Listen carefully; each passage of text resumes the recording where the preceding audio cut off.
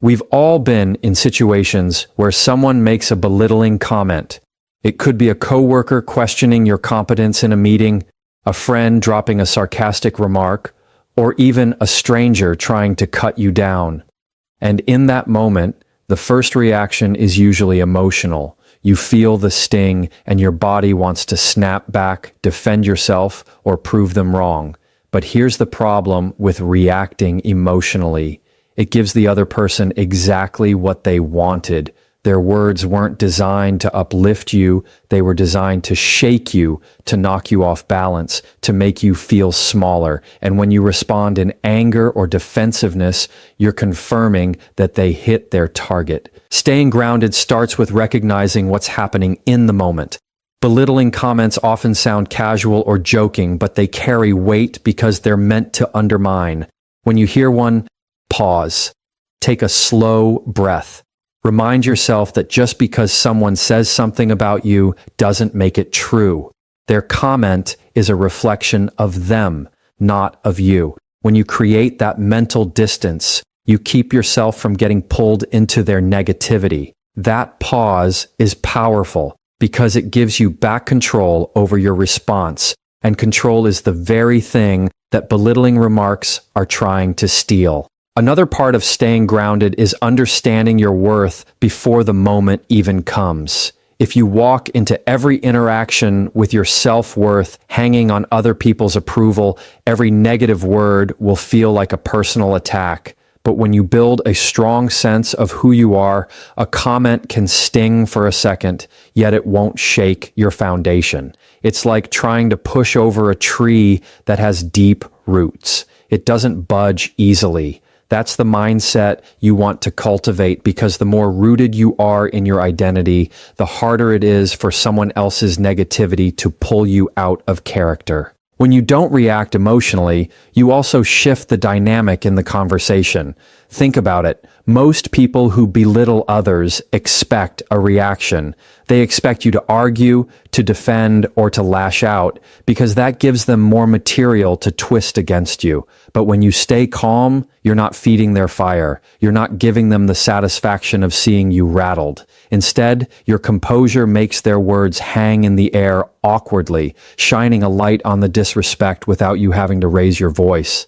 In that moment, you take the power back simply by refusing to play the game they set up. It's not about pretending you don't feel hurt, because you're human and words do have impact. It's about choosing not to let that hurt drive your response. When you act from a place of emotional control, you show that you can acknowledge what was said without letting it dictate your behavior. That's strength, because strength isn't just about how loud or clever your comeback is. It's about the restraint to rise above when someone tries to drag you down. And people notice that, even in a room full of others, when you respond with calm instead of chaos, you set yourself apart as someone who commands respect. One of the most effective ways to stay grounded is to practice neutral body language. Keep your posture upright, your face relaxed, and your voice steady. These small things matter because they show composure even if you feel tension inside. A calm presence makes the other person's attempt to belittle you look weak in comparison. They may try harder to provoke you, but the less you give them, the more their words lose power. Over time, people learn that you can't be shaken easily, and that reputation alone can prevent future attempts at disrespect. At the end of the day, staying grounded and not reacting emotionally is about discipline. It's about training yourself to pause instead of pounce, to respond with intention instead of impulse. Every time you resist the urge to fire back, you strengthen that muscle of self-control.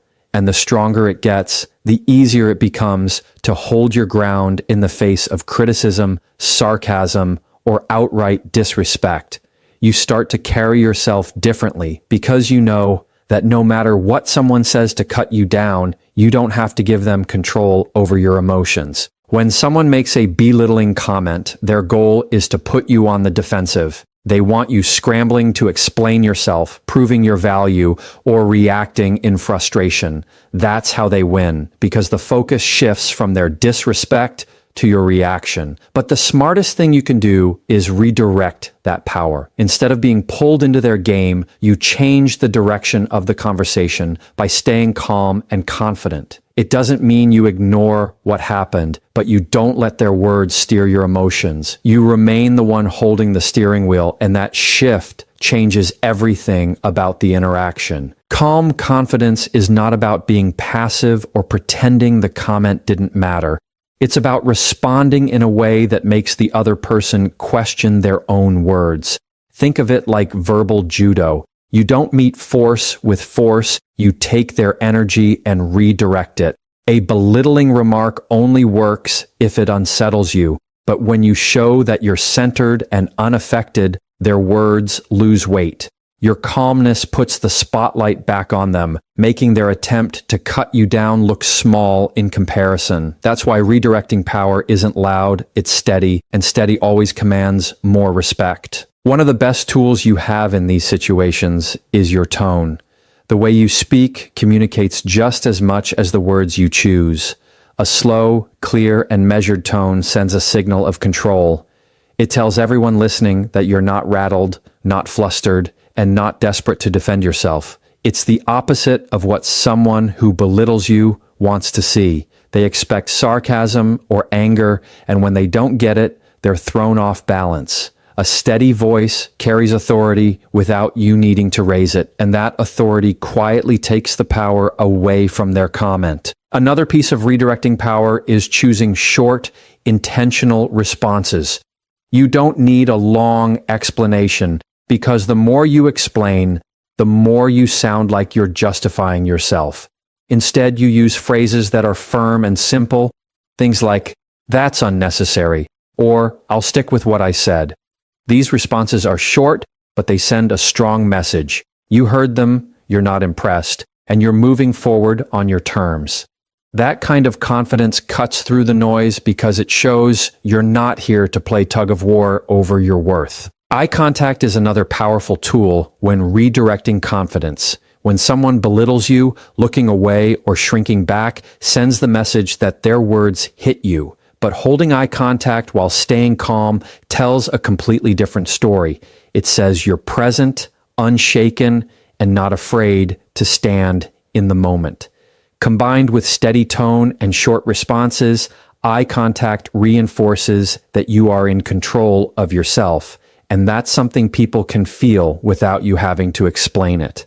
It's nonverbal confidence that makes your presence stronger than their negativity. Sometimes redirecting power means not addressing the comment directly, but steering the conversation back to what actually matters. If someone makes a dismissive remark during a meeting, you don't argue about the insult. You redirect to the topic at hand. You say, "Let's focus on the main point here," or "back to what we were discussing." What you've done in that moment is refuse to let their belittling derail the conversation. You've shown that their attempt to pull focus failed, and you've kept the attention where it belongs.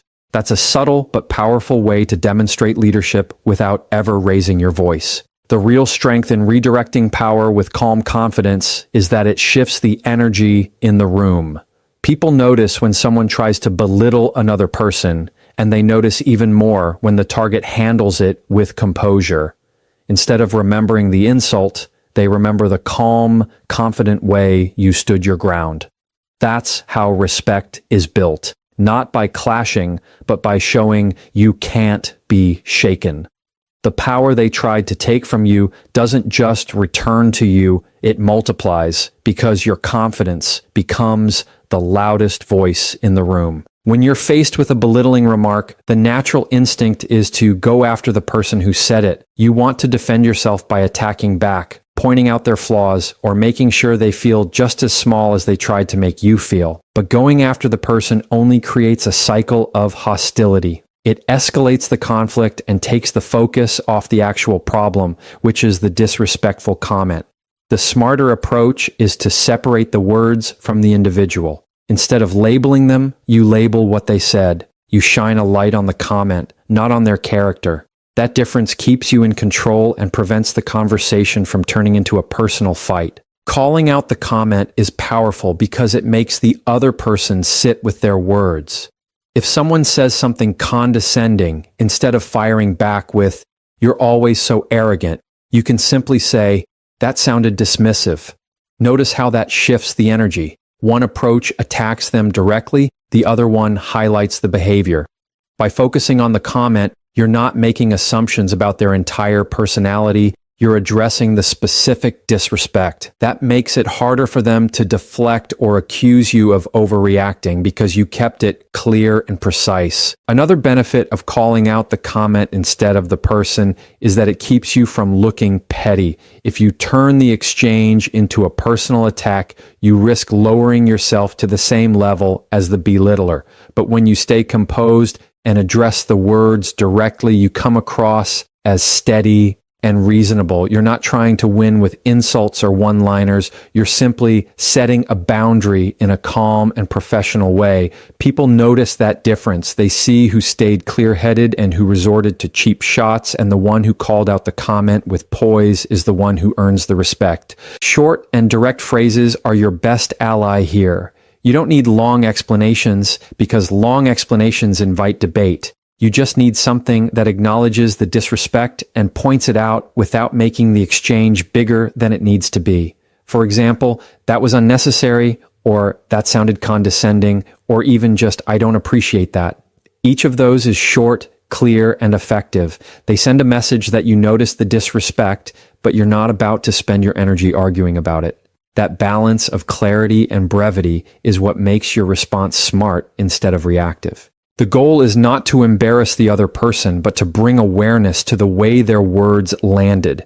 Sometimes people don't realize how their tone or choice of words comes across. Other times, they know exactly what they're doing. Either way, your job isn't to psychoanalyze their intent, it's to hold up a mirror to the comment itself. When you calmly point out the words without accusing their character, you leave less room for denial or defensiveness. You make the conversation about behavior instead of identity, and that's a much easier conversation to control. Even in tense environments, calling out the comment and not the person helps prevent escalation. In a workplace, if you attack someone directly, the situation can spiral into conflict that distracts from the actual task at hand. But if you highlight the comment in a professional tone, you've set a boundary while keeping the environment from becoming hostile. The same applies in personal settings. By focusing on the words, you keep the door open for resolution instead of slamming it shut with accusations. That's how you protect both your dignity and the flow of the interaction. What this really shows is emotional discipline. Anyone can throw an insult back when they're insulted. That's easy. What takes strength is being able to hear a belittling comment, acknowledge it for what it is, and call it out without dragging the whole exchange down to a personal fight. That kind of discipline shows maturity, and maturity has a way of commanding respect. By calling out the comment instead of attacking the person, you're not just handling the moment, you're setting a standard for how people can and cannot speak to you, and that standard will carry far beyond a single conversation. Silence is one of the most underused tools in handling belittling comments. Most of the time, when someone throws an insult or a condescending remark, they're looking for one thing: your reaction. They want to see you flinch, defend yourself, or snap back. That reaction gives them control because now the conversation is about how you handled their jab instead of the jab itself. But silence flips that script completely. When you respond with nothing but composure and stillness, you take away the satisfaction they were hoping for. You make their words land in the empty space, forcing them to sit in the weight of what they just said. Using silence doesn't mean you're powerless or that you didn't notice the insult. Quite the opposite. It shows a level of restraint that most people can't master in the heat of the moment. Silence communicates, "I heard you, I'm not impressed, and I don't need to waste my energy on this." That quiet response often speaks louder than any comeback you could give.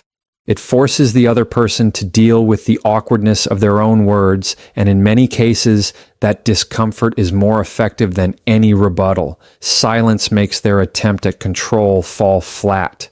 The key to using silence as a weapon is confidence. If you stay silent, but your body language shows that you're rattled, it doesn't work. But if you stay calm, hold your posture, and keep your expression neutral, your silence becomes powerful. People notice confidence not just in what you say, but in what you don't say. A steady presence without a verbal reaction creates an atmosphere that says, "You don't get to dictate my energy." That kind of silence isn't passive, it's active, it's deliberate, and it's one of the clearest signs of strength in the face of disrespect. Another advantage of silence is that it denies the belittler an audience. When you fire back with words, even if you're defending yourself, you've given them a stage to continue the back and forth. But when you respond with nothing, there's no fuel to keep the fire going. Silence cuts off the oxygen supply. It doesn't give them the chance to escalate or twist your words. Instead, the conversation dies in the space they created, and they're left exposed. In that moment, silence becomes not just a shield, but a mirror that reflects their negativity right back at them. There's also a timing element to silence. Sometimes you use a brief pause before speaking to let the weight of their words hang in the air. That pause alone can make the other person second guess what they just said. It's not about staying quiet forever. It's about choosing when not to respond and letting that gap do the work for you. Other times, silence is the whole response. You simply don't acknowledge the comment at all. Both approaches depend on the situation, but in either case, the message is the same. You're in control of when and how you respond, and they don't get to dictate the rhythm of your interaction. In professional environments, silence can be especially powerful. If someone makes a cutting remark in a meeting and you respond with silence, the attention naturally shifts. Others in the room notice the comment and the lack of response, and the discomfort sits with the person who made it. You don't have to say a word to highlight the inappropriateness of what was said. The silence becomes its own kind of spotlight, showing everyone else in the room where the line was crossed. And because you didn't add fuel, you come out looking composed while the other person looks smaller. Silence is not avoidance, it's choice. It's deciding that not every attack deserves your voice, not every jab deserves your explanation, and not every insult deserves your energy. It's one of the smartest ways to protect your peace while still making a powerful statement. When you master the use of silence, you show that control isn't about overpowering someone with words. It's about refusing to let their words overpower you. When you're on the receiving end of a belittling comment, the last thing you want to do is get stuck in that moment.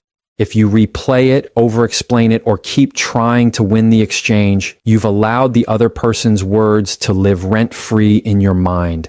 Setting boundaries and moving on is how you break that cycle. It's how you show that while you will address disrespect, you're not going to let it define the rest of the conversation, the meeting, or your day. A boundary says, that line you crossed isn't acceptable.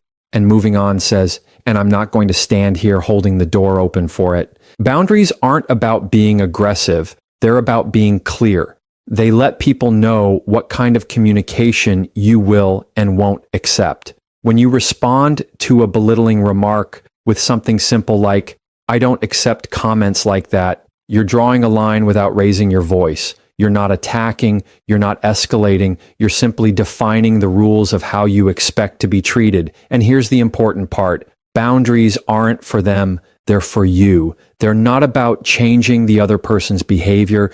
They're about protecting your own peace and refusing to stay in environments where disrespect is normalized. Moving on is just as critical as setting the boundary itself. Too often, people set a boundary but then linger, rehashing the exchange or continuing to argue about it. That undercuts the strength of the boundary. The real power is in addressing the disrespect quickly and then shifting focus back to what actually matters. If you say, that was unnecessary, and then continue with the discussion at hand, you've made it clear that the remark won't derail you. You've acknowledged it, drawn your line, and then demonstrated that you're not giving it more space than it deserves. The combination of setting boundaries and moving on also prevents manipulation. Some people use belittling comments to bait you into long debates or emotional reactions. If you fall into that trap, they control the direction of the conversation. But when you respond briefly, set the line, and redirect your energy, you leave them with nowhere to go. You've closed the door on the argument before it even starts. That's how you avoid wasting your energy on battles that don't deserve your time. Boundaries also build consistency. The more consistently you set them, the more people learn how to interact with you.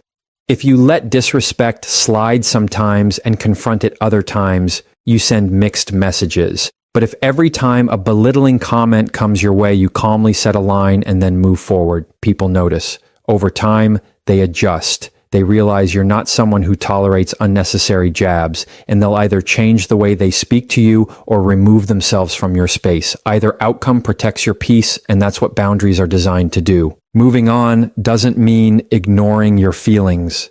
It's normal to feel the sting of a comment even after you've addressed it. But moving on means you don't let that sting dictate your actions. You process it, you recognize it, but you keep walking. That's strength. Not pretending you're unaffected, but refusing to let the hurt control your behavior. When people see you do that, they recognize that your self-worth doesn't hinge on anyone else's approval, and that kind of independence commands respect. Setting boundaries and moving on is the final step in taking back control from belittling comments. It closes the loop. You don't just stay grounded.